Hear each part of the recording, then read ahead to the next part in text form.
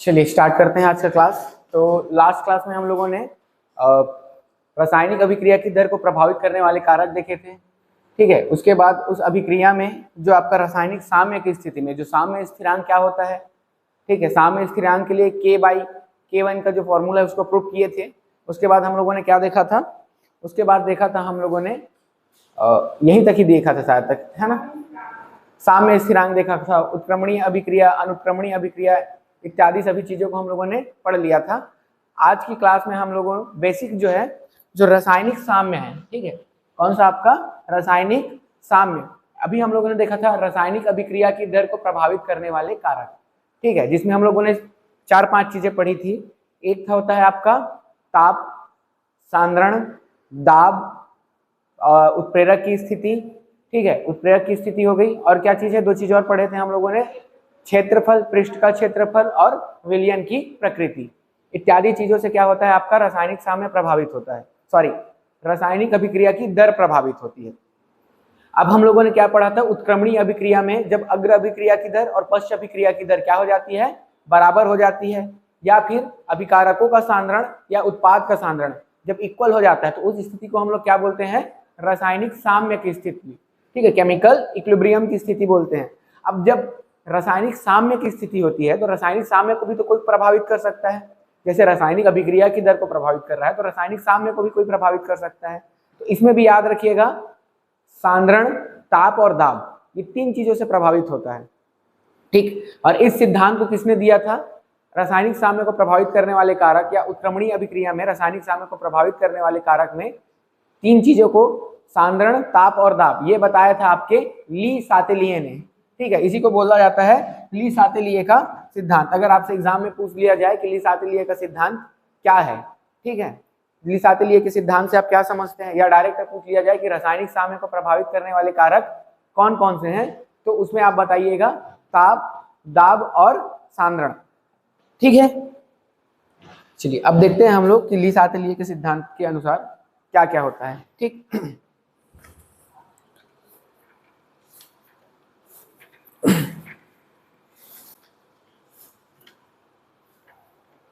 ठीक है, तो किसी उत्क्रमणीय अभिक्रिया में ताप, दाब तथा सांद्रण में परिवर्तन करने पर अभिक्रिया उस दिशा की ओर अग्रसर होगी जिससे अभिक्रिया क्या हो जाए, प्रवाहहीन हो जाए, ठीक है। क्योंकि रसायन क्या है आपका जो ली सातेलिए का सिद्धांत है, ये क्या बताता है, ये यह बताता है कि किसी रासायनिक या किसी उत्क्रमणीय अभिक्रिया में, ठीक है, उत्क्रमणीय अभिक्रिया में ताप, दाब और सांद्रण में परिवर्तन करने पर अभिक्रिया किस दिशा की ओर अग्रसर होगी। अब वो उस दिशा की ओर अग्रसर होगी जो वापस उसमें क्या कर दे, साम्य स्थापित कर दे, ठीक है। तो इसीलिए हम लोग इसको, और सिद्धांत किसने दिया था, ली सातेलिए ने दिया था, ठीक। तो अब इसमें हम लोग क्या देखते हैं कि सांद्रण का कैसा ये प्रभाव पड़ता है। सपोज हम लोग किसी रासायनिक अभिक्रिया में अगर अभिकारक के सांद्रण को बढ़ा देते हैं इसके सांद्रण को बढ़ा देते हैं अभिकारक के, तो अभिकारक का सांद्रण बढ़ गया और उत्पाद का सांद्रण क्या हो गया आपका, कम रह गया, ठीक है। जब अभिकारक के सांद्रण को बढ़ाए उत्पाद का सांद्रण कम हो गया तो क्या होगा कि अभिकारक के सांद्रण कम होगा, उत्पाद का सांद्रण क्या होगा, बढ़ेगा, तभी तो रासायनिक साम्य स्थापित होगा। जब उत्पाद का सांद्रण और अभिकारक का सांद्रण दोनों क्या हो जाए आपका, बराबर हो जाए, तो इस स्थिति को क्या बोलते हैं, रासायनिक साम्य की। तो इसीलिए जब भी हम अभिकारक के सांद्रण में वृद्धि करेंगे तो अभिक्रिया किस ओर अग्रसर होगी, अग्र दिशा में अग्रसर होती है। इसी चीज को याद रखिएगा, क्या याद रखिएगा, देखो अभिकारक के सांद्रण में वृद्धि, अभिकारक के सांद्रण में वृद्धि से, ठीक है, अभिकारक के सांद्रण में वृद्धि से अभिक्रिया किस दिशा में संपन्न होगी, अभिक्रिया अग्र दिशा में होगी, ठीक है। अभिक्रिया किस दिशा में होगी, अग्र दिशा में होगी, ताकि क्या हो जाए आपका पुनः रासायनिक साम्य की स्थापित हो जाए। मतलब अभिकारक के सांद्रण में कमी होगी और उत्पाद के सांद्रण में क्या होगी, वृद्धि होगी, ठीक है। इसको एक एग्जांपल से भी हम लोग समझ सकते हैं। ठीक, एक एग्जांपल से भी इसको समझ सकते हैं, जैसे 2SO2 plus O2 2SO2 plus O2 equals to क्या हो जाएगा 2SO3। ठीक है, क्या हो जाएगा ये 2SO3 प्लस क्या निकलेगा आपका एनर्जी, उष्मा निकलेगी, ऊर्जा लिख लेता हूँ क्यों की जगह, क्या निकलेगा ऊर्जा। इससे क्या निकलती है आपकी एनर्जी रिलीज होती है। ठीक, इससे आपका एनर्जी रिलीज होता है। तो ली सातलिए का सिद्धांत क्या कहता है कि इस समीकरण में अगर हम लोग क्या करते हैं SO2 कौन सा है आपका SO2, इसका सांद्रण व O2 के सांद्रण में हम लोग क्या करते हैं वृद्धि करते हैं। ठीक है, O2 के सांद्रण में हम लोग वृद्धि करते हैं तो अभिक्रिया किस दिशा में संपन्न होगी, अग्र दिशा में होगी, और अग्र दिशा में होगी। ठीक है, तो उपरोक्त समीकरण में SO2 व O2 की सांद्रता बढ़ाने पर अभिक्रिया उस दिशा में अग्रसर होगी जिससे SO2 व O2 जिससे SO2 और O2 की मात्रा में कमी हो, अर्थात अभिक्रिया अग्र दिशा में अग्रसर होती है तथा SO3 की मात्रा में क्या होती है आपकी वृद्धि होती है।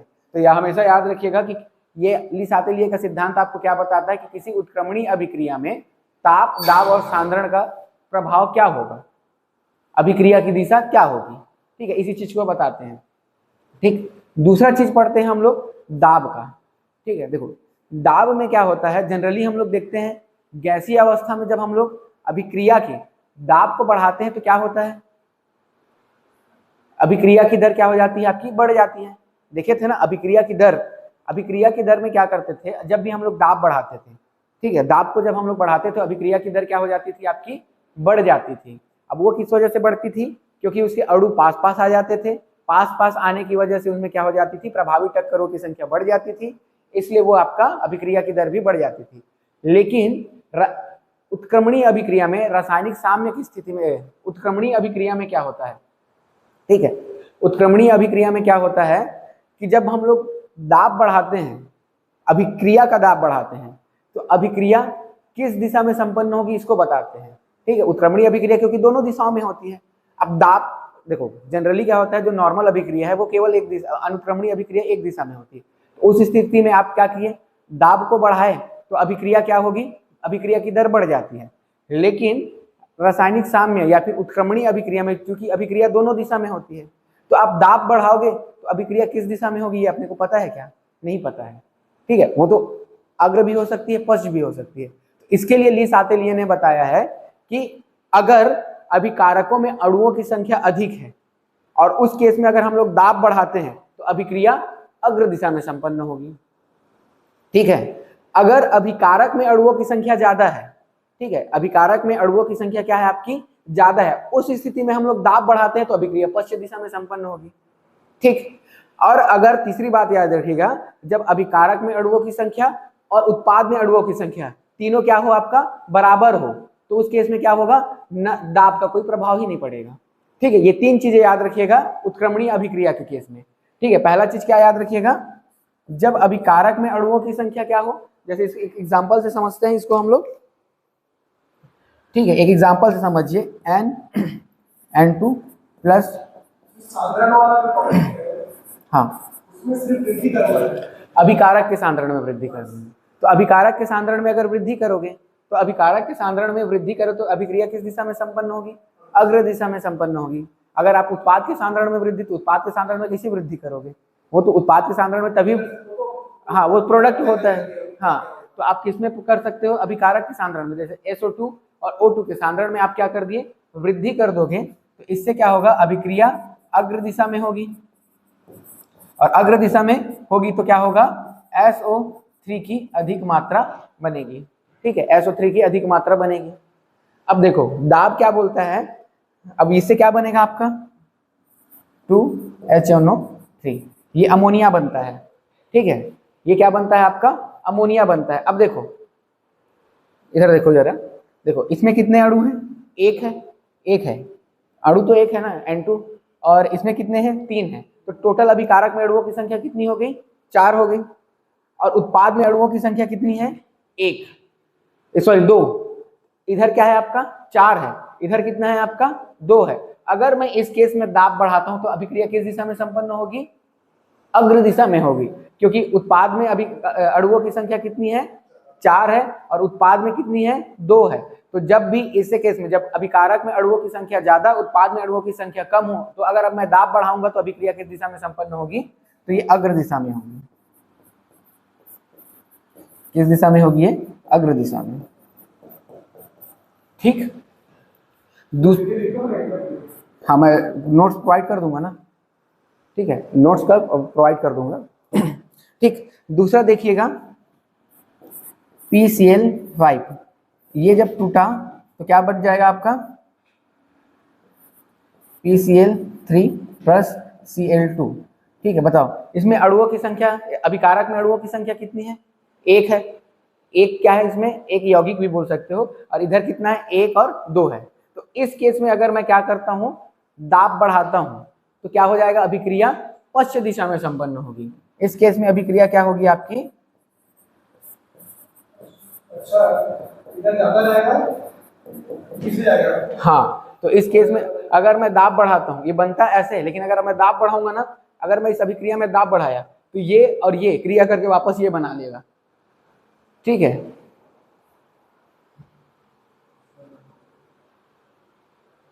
हेलो, हाँ सर मैं तो रेडी हूँ, कितने बजे ट्रेन अपना, हाँ ठीक है ना सर, यही लाइब्रेरी आइएगा, कोचिंग फिर यहाँ से ही निकलते हैं। हाँ हाँ ठीक है ना सर।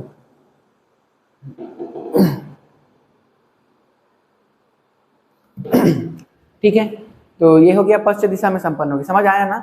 वहीं अगर आप देखिए, अब जब अभिकारक और उत्पाद में दोनों में क्या हो आपका बराबर हो, ठीक, जैसे ये I2 plus H2 equals to क्या हो जाता है 2HI, ठीक 2HI। अब देखो इधर कितने हैं अणु की संख्या, 1 2, इधर कितने हैं 2 2 है ना, ये सामने 2 लिखा हुआ है, यहाँ पे 1 और 1 2 हो गया, और यहाँ पे 2 लिखा हुआ है तो 2 हो गया। तो अब बताओ इस अभिक्रिया में अगर हम लोग दाब बढ़ाते हैं तो कोई प्रभाव पड़ेगा क्या, नहीं पड़ेगा। तो दाब का कोई प्रभाव नहीं पड़ेगा,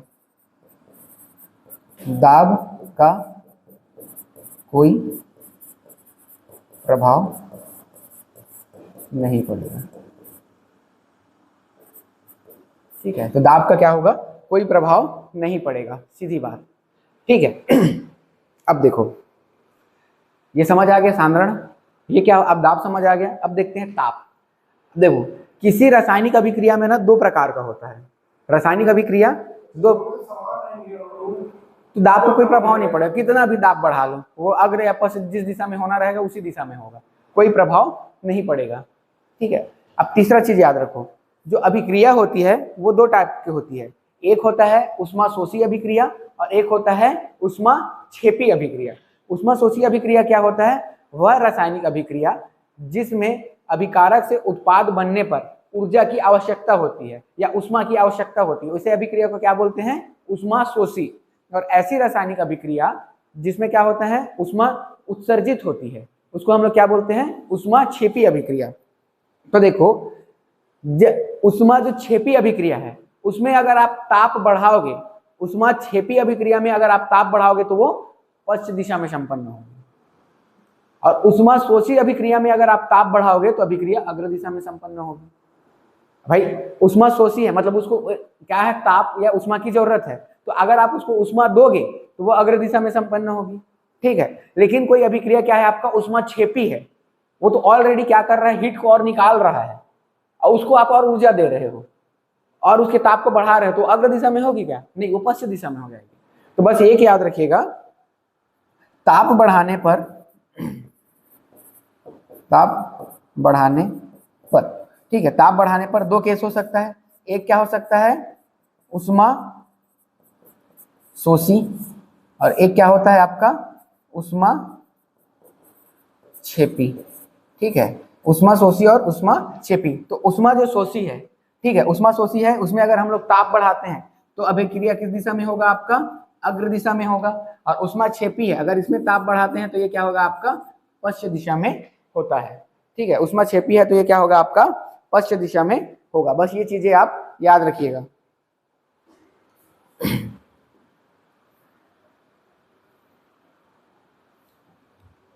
जैसे आपको एक एग्जांपल दे रहा हूँ, ठीक है, इसमें बताना कि अभिक्रिया अग्र दिशा में संपन्न होगी कि पश्चिम दिशा में संपन्न होगी। ठीक है, ये आपको बताना है।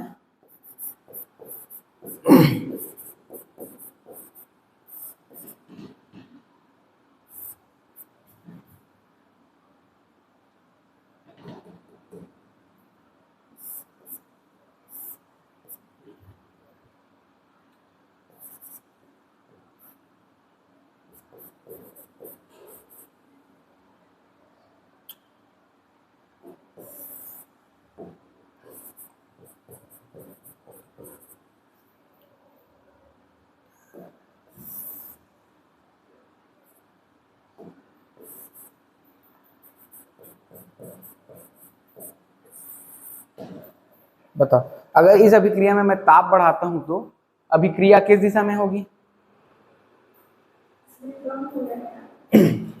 इसमें क्या हो रहा है, एनर्जी की देखो माइनस निकल रहा है, मतलब क्या है, उष्मा उसको लग रहा है। अगर प्लस रहता तो वो क्या होता, उष्मा निकलता होता।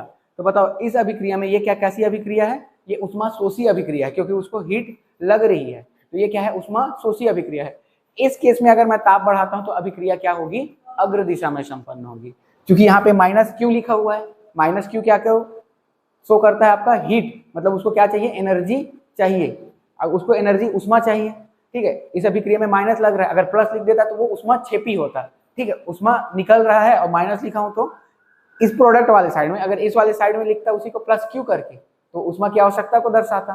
ठीक, समझ में आ रहा है ना। लेकिन अगर ये इस साइड में है तो ये क्या है, आपका उष्मा शोषी अभिक्रिया को दर्शा रहा है, और कोई भी उष्मा शोषी अभिक्रिया में क्या होती है, तापमान बढ़ाने पर अभिक्रिया अग्र दिशा में संपन्न होती है। हाँ, अग्र दिशा में संपन्न होगी, बिल्कुल। पश्चिम दिशा में उसको भाई वो तो निकाल रहा है, उसको जरूरत ही नहीं है, तुम जबरदस्ती उसको दिए पड़े हो। ठीक है, चलो तो ये क्या हो जाएगा आपका, ये क्योंकि ये क्या है आपका उष्मा शोषी अभिक्रिया है, अभिक्रिया है। ठीक है, अतः ताप बढ़ाने पर, टेम्परेचर बढ़ाने पर क्या होगा, अभिक्रिया अग्र दिशा में होगी। ठीक है, अभिक्रिया क्या होगा आपका, अग्र दिशा में होगा। समझ में आया? ठीक है, आगे बढ़े। अब थोड़ा जल्दी है ना, मेरे को रायपुर जाना है कुछ काम से, 9 बजे मेरा ट्रेन है, तो जितना हो सकता है अपन पढ़ते हैं, फिर उसके बाद नेक्स्ट क्लास आगे करेंगे। ठीक, समझ में आया ना? वो ना मैं नोट्स प्रोवाइड कर दूंगा। ठीक है, नोट्स मैं प्रोवाइड कर दूंगा, वहां से आप लोग लिख लीजिएगा। हाँ, ग्रुप बना हुआ है, आप दोनों को भी ऐड कर दूंगा मैं उसमें। उसके बाद नोट्स जो है ना प्रोवाइड कर दूंगा, सबका नोट्स बना हुआ है, उन चीज़ों को ऐड करना जो मेरे नोट्स में एक्स्ट्रा हो, और उन चीज़ों को मुझे बताना जो आपके नोट्स में एक्स्ट्रा हो, ताकि सब क्या हो अच्छे से। हम लोग मेन क्या है, यहाँ पे पढ़ रहे हैं आपस में ही, समझो मेरे को भी मेंस देना है, आप लोग को भी देना है। ठीक है, सभी अपन मेंस देंगे, और बस अपन कोशिश कर रहे हैं कि वे बच्चे जो पहली बार पढ़ रहे हैं या जिनका वीक है या जिनके पास नोट्स नहीं है, उनको एक अच्छा सा नोट्स प्रोवाइड हो जाए, उनको चीज़ें समझ में आ जाए। हम सभी यहाँ बैठे जितने भी हैं सब क्या हैं, पढ़ चुके हैं, सबको कुछ आता है, सबका नोट्स बना हुआ है। तो हम क्या करेंगे, एक दूसरे का हेल्प करेंगे। इससे क्या होगा कि जो हमारे स्टूडेंट हैं जो ऑनलाइन से जुड़े हुए हैं, उनको भी क्या होगा, आपका थोड़ा बेनिफिट मिलेगा। ठीक, तो देखो हमारे सिलेबस में लिखा हुआ है कुछ महत्वपूर्ण कार्बनिक यौगिक। ठीक है, कुछ महत्वपूर्ण कार्बनिक यौगिक। तो अभी हम लोग जो क्लास है ना, क्योंकि मेरे पास टाइम कम था और मैं कुछ देख नहीं पाया, तो अभी मैं सीधा एक चैप्टर हम लोग का कंप्लीट हो गया, उस चैप्टर का मैं आपको पीडीएफ जो है ग्रुप में प्रोवाइड कर दूंगा। अभी हम लोग बहुलक पढ़ते हैं, इससे हर साल क्वेश्चन आता ही है, 4 से 8 नंबर में यहाँ से क्वेश्चन आ रहा है, या तो 4 नंबर का क्वेश्चन और 8 नंबर का क्वेश्चन यहाँ से आपका हर साल बन रहा है, 4 से 8 नंबर का। ठीक, तो देखो बहुलक पॉलीमर। ठीक, पॉलीमर क्या होता है? ठीक है, तो बहुलक क्या होता है कि उच्च ताप एवं दाब पर, ये वर्ड यूज करना, उच्च ताप एवं दाब पर एक लकों के संयोजन से। ठीक है, पहला की चीज क्या होना चाहिए, उच्च ताप एवं दाब होना चाहिए। दूसरा क्या होना चाहिए, एक लकों के संयोजन से बना उच्चतर आणविक द्रव्यमान वाला यौगिक क्या कहलाता है, आपका बहुलक कहलाता है। ठीक, तो ये क्या होता है बहुलक, तो देखिएगा 2 चीज याद रखिएगा, इसमें क्या होना चाहिए, उच्च ताप एवं दाब। ठीक है, ये क्या होगा, उच्च ताप एवं दाब पर क्या होगा, एकलकों का संयोजन होगा, ठीक है, एकलकों के संयोजन, ठीक है। क्या होगा इसमें? एकलकों का संयोजन होगा। उच्च ताप एवं दाब पर एकलकों के संयोजन, जब इसका संयोजन होगा तो क्या बनेगा? उच्चतर, भाई बहुत सारे एकलक जुड़ जाएंगे तो क्या हो जाएगा? उच्चतर आणविक द्रव्यमान, ठीक है, उच्चतर आणविक द्रव्यमान, ठीक है। उच्चतर आणविक द्रव्यमान वाला क्या बनेगा आपका? उच्चतर आणविक द्रव्यमान वाला यौगिक बनेगा, वाला यौगिक, ठीक है। उच्चतर आणविक द्रव्यमान वाला क्या बन गया आपका? यौगिक बन गया। यही उच्चतर आणविक द्रव्यमान वाला यौगिक क्या कहलाता है आपका? बहुलक कहलाता है, ठीक है। तो ये जो वर्ड है, ये कीवर्ड्स हैं, इसको आपको यूज करना ही पड़ेगा, ठीक है। उच्च ताप, और देखो इसी चीजों को जब हम लोग अलग अलग चीजें पढ़ेंगे, ठीक है, तो सेम यही डेफिनेशन रहेगा। एक फिक्स फ्रेमिंग कर दिया हूं, आप यूज करना। जैसे उच्च ताप एवं, जैसे आपको क्या बनाना है? पॉलीथीन बनाना है, ठीक है, आपको क्या बनाना है? पॉलीथीन। तो क्या बोलोगे? उच्च ताप एवं दाब पर एकलकों की जगह, अब पॉलीथीन का एकलक क्या होता है? एथीन, ठीक है। तो उच्च ताप एवं दाब पर एथीन एकलकों के संयोजन से बना उच्चतर आणविक द्रव्यमान वाला यौगिक पॉलीथीन कहलाता है, ठीक। उसी में अगर आपको बताना रहा किसको? टेफ्लॉन को, या टेफ्लॉन की जगह पीवीसी, पॉलीविनाइल क्लोराइड, ठीक। तो क्या बोलोगे? उच्च ताप एवं दाब। पहले बताओ मेरे को, टेफ्लॉन का वो क्या होता है आपका? टेफ्लॉन का एकलक क्या होता है? पॉलीटेट्राक्लोरोएथीन, ठीक है, पॉलीटेट्राक्लोरोएथीन। तो इसी को क्या बोलोगे? उच्च ताप एवं दाब पर पॉलीटेट्राक्लोरोएथीन एकलकों के संयोजन से बना उच्चतर आणविक द्रव्यमान वाला यौगिक टेफ्लॉन कहलाता है। हो गया डेफिनेशन। इसी में अगर आपको क्या बनाना रहा? PVC, polyvinyl chloride. तो उच्च ताप एवं दाब पर विनाइल क्लोराइड एकलकों के संयोजन से बना उच्चतर आणविक द्रव्यमान वाला यौगिक पॉलीविनाइल क्लोराइड कहलाता है, पीवीसी कहलाता है। हो गया। तो एक मैंने इस चीज को फ्रेमिंग किया हुआ है, और इसी डेफिनेशन को आपको सब में लिखना है। अब सिर्फ एकलक याद रखना है आपको, ठीक है। जैसे आइसोप्रीन, रबर पढ़ते हो ना, रबर भी क्या है? एक बहुलक है। रबर एक क्या है? बहुलक है। और कौन सा? आइसोप्रीन उसका क्या होता है? नियोप्रीन। आइसोप्रीन तो उसका प्राकृतिक बहुलक है, और नियोप्रीन। तो उच्च ताप एवं दाब पर नियोप्रीन एकलकों के संयोजन से बना उच्चतर आणविक द्रव्यमान वाला यौगिक क्या कहलाता है आपका? रबर कहलाता है। हो गया। तो हम लोग सिर्फ एकलक, एकलक जो लिखा हूं उसके जगह पे उसके एकलक का नाम लिखना है और क्या बनता है उसको लिखना है, बात खत्म। तो एक फिक्स आप लोग के लिए डेफिनेशन लिख दिया हूं, ठीक है। इसी चीज में आपको फ्रेम करना है, और अलग से किसी चीज को याद करने की जरूरत है ही नहीं। अब आते हैं हम लोग बहुलक के प्रकार में। तो बहुलक दो प्रकार का होता है। एक क्या होता है आपका? समबहुलक, और एक क्या होता है आपका? सहबहुलक। होमोपॉलीमर और कोपॉलीमर, ठीक है, होमोपॉलीमर और कोपॉलीमर। अब समबहुलक क्या होता है? तो जिसमें समान एकलक होते हैं, ऐसे बहुलक जो एक समान एकलकों से बना। इसमें बस एक चीज याद रखिएगा, इसमें जो बहुलक है वो क्या रहते हैं आपके? समान रहते, समान एकलक, समान एकलक, ठीक है। इसमें जो मोनोमर है वो क्या रहते हैं? समान रहते हैं। वर्ड ही देखो, सम, सम का मतलब ही क्या होता है? समान। तो जहां पे समान एकलक हो, जैसे अगर आप लोग देख रहे हैं पॉलीविनाइल क्लोराइड, तो पॉलीविनाइल क्लोराइड में क्या रहता है?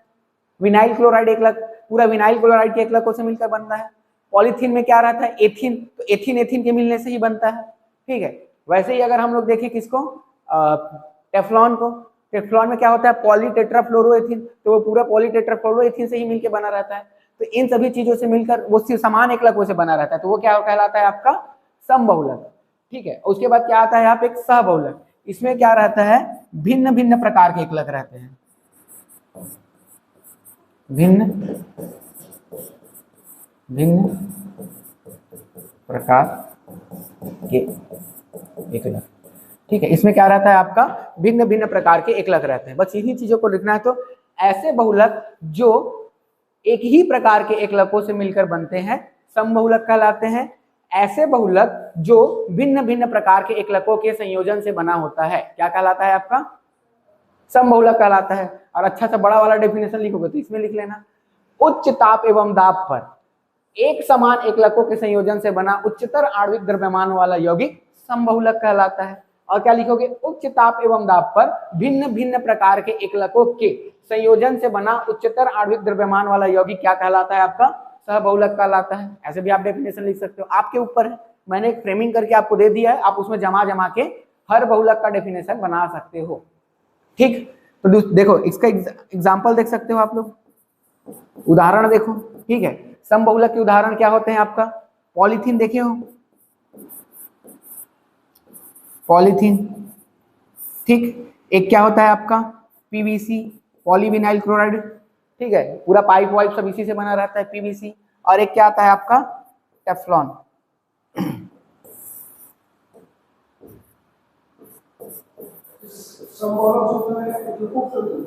हाँ, समान एकलक, एक ही प्रकार के एकलक। जैसे इसमें देखोगे पॉलीथीन में तो पूरा जो एकलक है वो एथीन ही रहता है, उसके अलावा कुछ नहीं रहता है। वैसे ही आप पीवीसी में देखो तो पूरा एक क्या रहता है, विनाइल क्लोराइड रहता है। वैसे ही अगर हम लोग टेफ्लॉन में देखते हैं तो टेट्रा पॉली टेट्रा नहीं, पॉली तो वर्ड यूज नहीं करेंगे, पॉली मत बोल दोगे तो वो टेफ्लॉन ही हो जाएगा। हाँ, टेट्राफ्लोरोएथीन। ठीक है, टेट्राफ्लोरोएथीन, जब टेट्राफ्लोरोएथीन को जोड़ते हैं तो वो क्या कहलाएगा, आपका टेफ्लॉन कहलाएगा। अब पॉली टेट्राफ्लोरोएथीन बोल देंगे तो वो तो बहुलक हो जाएगा, पॉली वर्ड ही होता है। हाँ, एथीन बोलो या एथिलीन बोलो, ठीक है, एथीन वर्ड यूज करते हैं। ठीक, उसके बाद देखो समबहुलक। ठीक है, समबहुलक क्या होता है आपका, भिन्न भिन्न प्रकार के। तो इसका उदाहरण देख लो, समबहुलक में क्या क्या हो सकते हैं। तो देखो बैकेलाइट जानते हो, बैकेलाइट। ठीक है, जो वो वाला डिब्बा देखे हो ना, कई ठो बैकेलाइट का बना रहता है।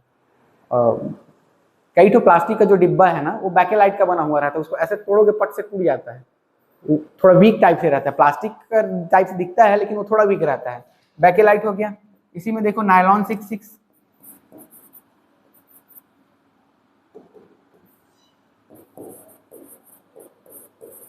नायलॉन 66।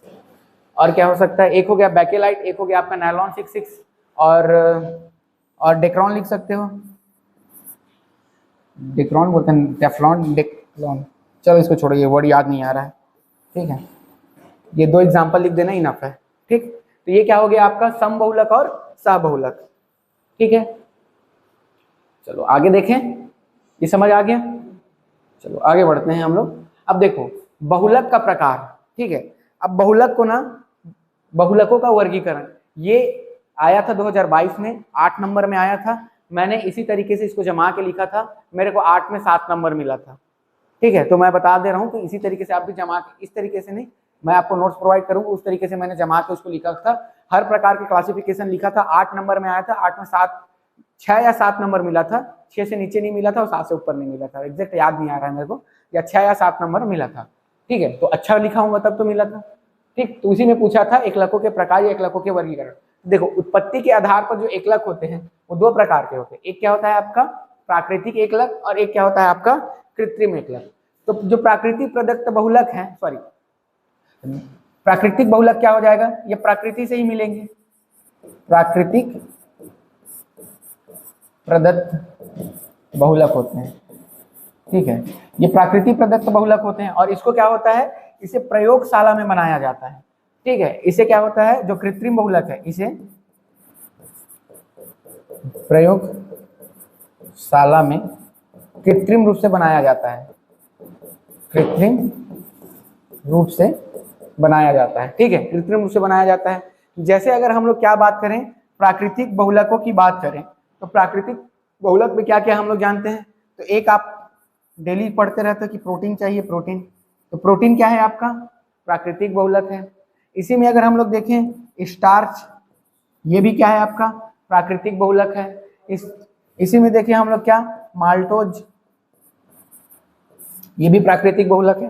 पढ़ते हैं ना टाइलिन नामक जो लार ग्रंथि, मतलब जो टाइलिन नामक लार है वो क्या करता है, आपको स्टार्च को माल्टोज में कन्वर्ट कर देता है, ये भी क्या है आपका प्रोटीन है।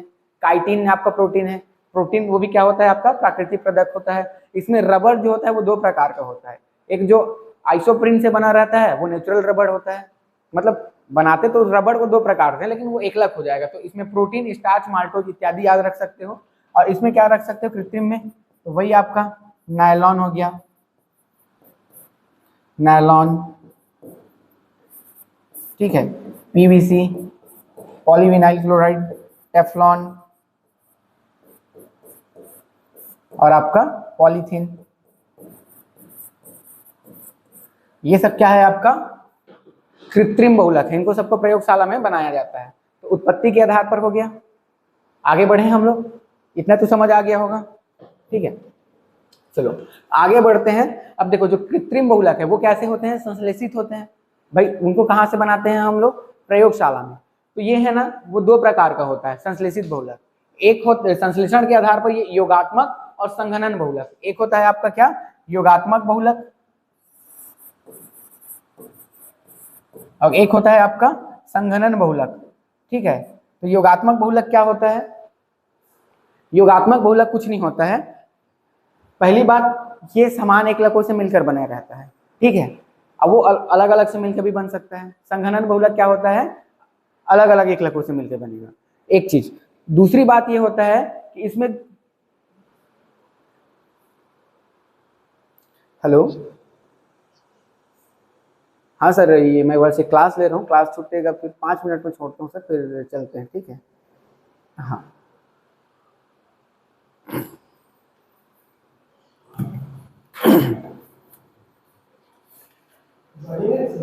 वही पता करने ही जा रहे हैं क्या है कैसा प्रोसेस चल रहा है करके, रायपुर मेन उसी के उद्देश्य से ही जा रहे हैं, ठीक है।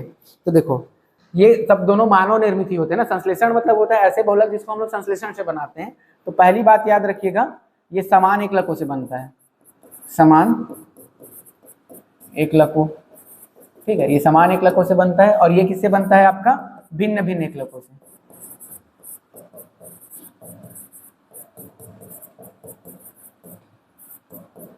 एक चीज, अगर ये समान एकलकों से बन रहा है वो भिन्न भिन्न एकलकों से बन रहा है तो इसको हम लोग क्या बोल सकते हैं, जो समान एकलकों से बनता है उसको क्या बोलते हैं हम लोग समबहुलक बोलते हैं ना। तो इसको हम लोग क्या बोल सकते हैं सम बहुलक होते हैं। और इसको क्या बोलते हैं हम लोग सहबहुलक होता है,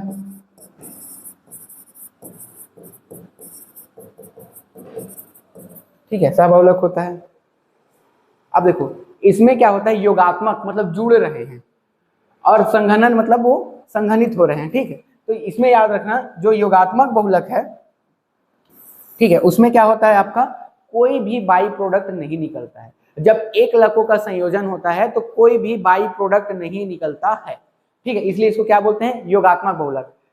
समझ रहे हो, जब एक लक आपस में जुड़े तो कोई भी एक्स्ट्रा क्या ना निकले, आपका बाई प्रोडक्ट ना निकले, तो उसको हम लोग क्या बोलेंगे योगात्मक बहुलक। और जब दो एकलक जुड़े मतलब जब बहुत सारे एकलक जुड़े और उसमें बाई प्रोडक्ट जैसे अमोनिया, जल, methane, methane alcohol, methyl alcohol इत्यादि क्या हो अगर निकले किसके रूप में बाई प्रोडक्ट के रूप में, तो उसको हम लोग क्या बोलते हैं संघनन बहुलक बोलते हैं। मतलब इसमें क्या होता है देखो जल H2O, अमोनिया HNO3, ठीक है, मिथाइल हाइड्रोक्साइड H3OH, ठीक, जैसे बाई प्रोडक्ट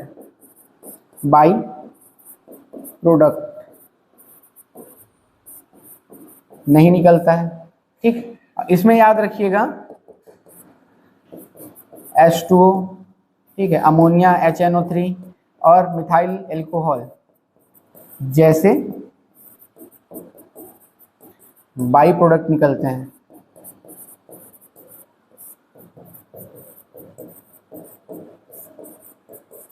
ठीक है। तो ये क्या होता है आपका संघनन बहुलक होता है। अब देखो जब इसमें अगर बाई प्रोडक्ट कुछ भी नहीं निकल रहा है, ठीक है, तो जो योगात्मक बहुलक है कुछ भी बाई प्रोडक्ट नहीं निकल रहा है, अगर उसमें कोई भी बाई प्रोडक्ट नहीं निकल रहा है तो अगर मैं 10-10 ग्राम के 10 ठो उसको जोड़ दिया किसको एक लक को, तो उसे एक मेरा 100 ग्राम का क्या बन जाएगा बहुलक बन जाएगा, क्योंकि उसमें कोई बाई प्रोडक्ट नहीं निकल रहा है। तो उसी को हम लोग क्या, और इसमें देखो इसमें बाई प्रोडक्ट निकल रहा है, अगर मैं 10-10 ग्राम के 10 एकलकों को जोड़ रहा हूँ और कुछ क्या निकल रहा है मेरा बाई प्रोडक्ट निकल जा रहा है, तो मेरे को 100 ग्राम का बहुलक नहीं मिलेगा, क्या मिलेगा उससे कम मिलेगा। हो सकता है 90 ग्राम मिले, हो सकता है 80 ग्राम मिले। तो इसी चीज को हम लोग एक वर्ड में यूज करेंगे, उसको क्या बोलेंगे कि बहुलकों का द्रव्यमान एकलकों के द्रव्यमान का पूर्ण गुणक होता है, ठीक है। क्या होता है आपका पूर्ण गुणांक होता है। तो लिखिएगा यहां पर जो बहुलक का द्रव्यमान है, बहुलक का द्रव्यमान अपने एकलकों के द्रव्यमान का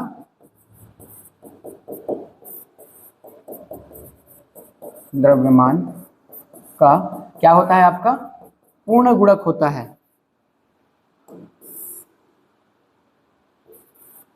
पूर्ण गुणांक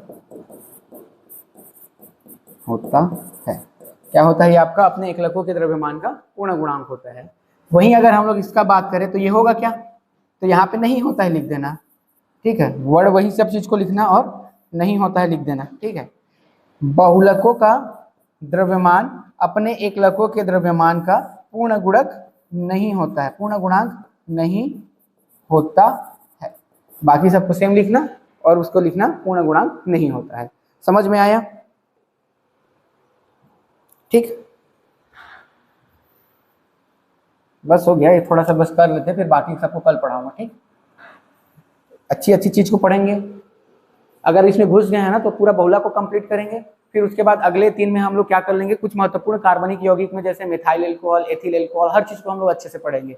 ठीक है, जैसे अभी लास्ट ईयर अब आया था ना, और रिएक्शन वगैरह कैसे होते हैं, ग्रिग्नार्ड अभिकर्मक क्या होता है, ये सारी चीजों को अपन डिटेल में थोड़ा सा पढ़ने की कोशिश करेंगे ताकि एग्जाम में कोई भी हमारे लिए बाउंसर ना रहे। ठीक, तो देखो ये समझ आया यहाँ तक। अब देखो ये बहुत सारे एकलकों के, तो ये जो होते हैं ना सामान्यतः ये थर्मोप्लास्टिक प्रकृति के होते हैं। जो योगात्मक बहुलक है ना ये कैसे रहते हैं आपका थर्मोप्लास्टिक। अभी बताऊंगा थर्मोप्लास्टिक और थर्मोसेटिंग क्या होता है। तो ये थर्मोप्लास्टिक बहुलक होते हैं और ये क्या होता है आपका थर्मोसेटिंग। ठीक है, ये थर्मोप्लास्टिक होता है और ये क्या होता है आपका थर्मोसेटिंग। ठीक, इसके एग्जांपल में आप लिख सकते हो, क्या लिख सकते हो, पॉलीथीन। ठीक है, पॉलीथीन लिख सकते हो और क्या लिख सकते हो, एक पॉलीथीन हो जाएगा, पीवीसी आ जाएगा, पीवीसी।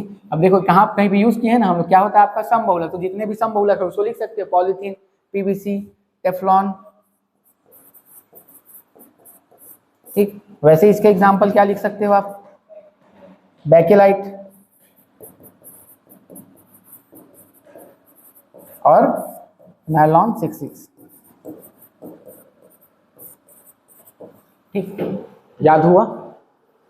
मेन उद्देश्य है अपना याद करते चलना। ठीक है, बाकी हम लोग ना कल की क्लास में करेंगे। ठीक है, आज इतना ही रखते हैं क्योंकि मुझे जाना है रायपुर, तो कल की क्लास में आप खत्म करेंगे। अब कल से फुल स्पीड में रखेंगे। मैं क्या करूंगा, जैसे आज तो लिख दे रहा हूँ, कल से ना पूरा बोर्ड में जो जो इंपॉर्टेंट चीज़ है उसको लिख के रखूंगा और यहाँ सिर्फ समझाऊंगा, क्योंकि वैसे भी तो मैं आपको नोट्स प्रोवाइड करने वाला हूँ। तो अपना मेन उद्देश्य क्या रहना चाहिए, समझना और याद करना। तो यहाँ मैं सिर्फ क्या करूँगा, समझाऊंगा। अब बाकी जो चीज़ें जो आपको लिखना है वो मैं आपको PDF के थ्रू प्रोवाइड करूंगा। जैसे मैंने एक चीज़ को तोड़ के बताया ना, ये आपका एकलक क्या होता है, तो इसी तरीके से मैं उस चीज़ को तोड़ के बताऊंगा कि एक जो फॉर्मूला है या एक डेफिनेशन है उसमें कैसे हर चीज़ को पुट कर सकते हैं। इससे क्या हो जाएगा, मेरा भी टाइम बच जाएगा, आपका भी टाइम बच जाएगा और एग्जाम में हम लोग बेटर तरीके से लिख भी पाएंगे। और बता रहा हूँ 100% हम 50 बोल रहा हूँ मैं, उससे भी ज़्यादा नंबर लेके आएंगे। ठीक है, 75 नंबर का होता है एग्जाम, उसमें 50 से भी ऊपर हम लोग लेके आएंगे। खासकर जैसे अगर केमिस्ट्री में 25 नंबर का होता है ना तो हम लोग 20 लेके आएंगे यहाँ पे। ठीक है, चलिए फिर मिलते हैं नेक्स्ट क्लास में। थोड़ा मेरे को अर्जेंट है तो इसलिए चलते हैं, इसलिए मिलते हैं नेक्स्ट क्लास में। तब के लिए जय हिंद।